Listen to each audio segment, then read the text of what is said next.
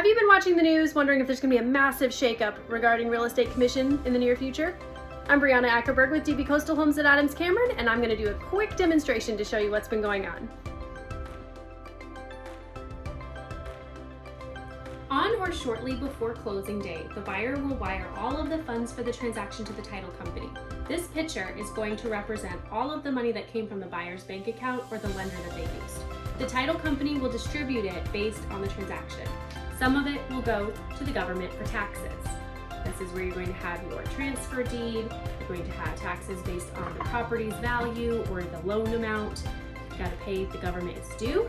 You're going to have some that is distributed to the title company for the services that they provide, pulling your liens, notarizing, preparing documents, doing all of those behind the scenes things that are so important.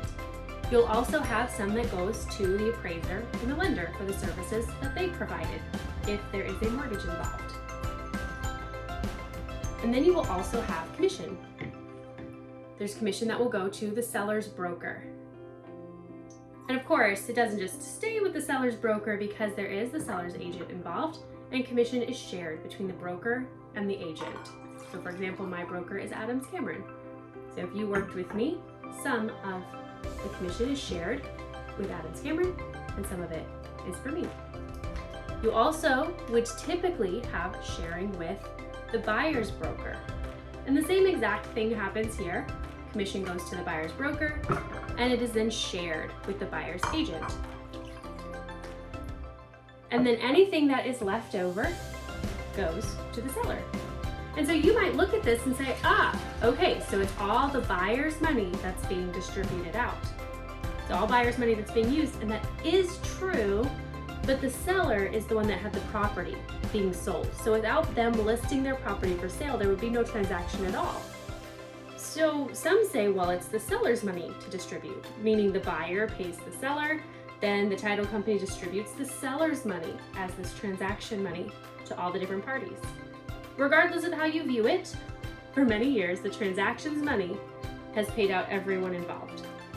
But because the listing came first, there's a listing agreement negotiated between the seller and his agent and his broker that spelled out how much commission was being paid to the seller's broker and how much was being shared with the buyer's broker. And this commission was not really able to be changed once the listing agreement was signed. So there could be negotiation during the time of the listing, like a listing appointment, but once it was signed, it really was very difficult to change because there's already a contract in place between these two parties.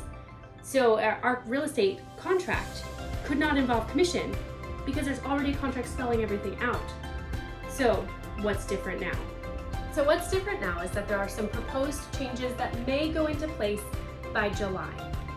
And if you've been following the lawsuit that's been happening between real estate and sellers, then you might know that the whole lawsuit really is about sellers who didn't really understand or felt like they didn't understand that there were options for how much, how little to pay out to share of the transaction's money, to share out with the buyer's agent or the buyer's broker.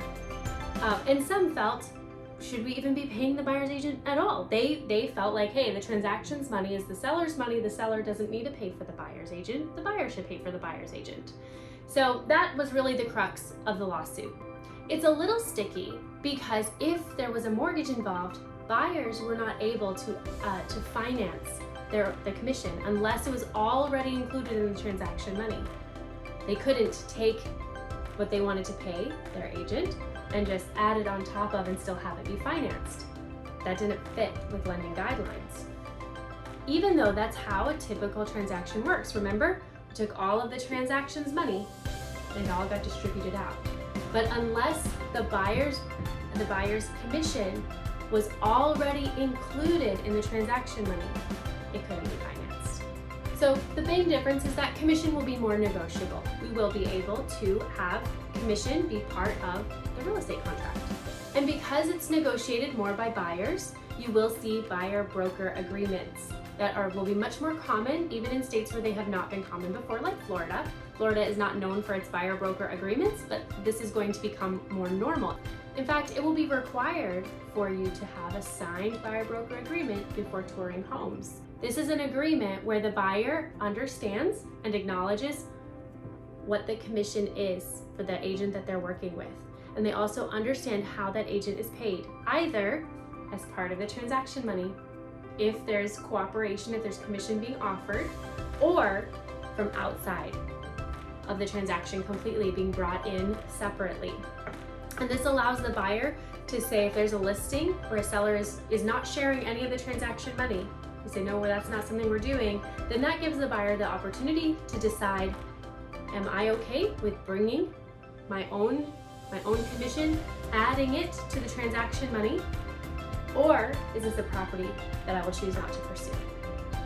So for right now, until lending policies change and allow for the buyer's agent commission to be financed in with the rest of the transaction money, even if it's not originally part of the deal, then we would really recommend that sellers continue to offer some sort of cooperation with commission, because it will open up the pool of buyers that are available to come and view your property and move forward with an offer.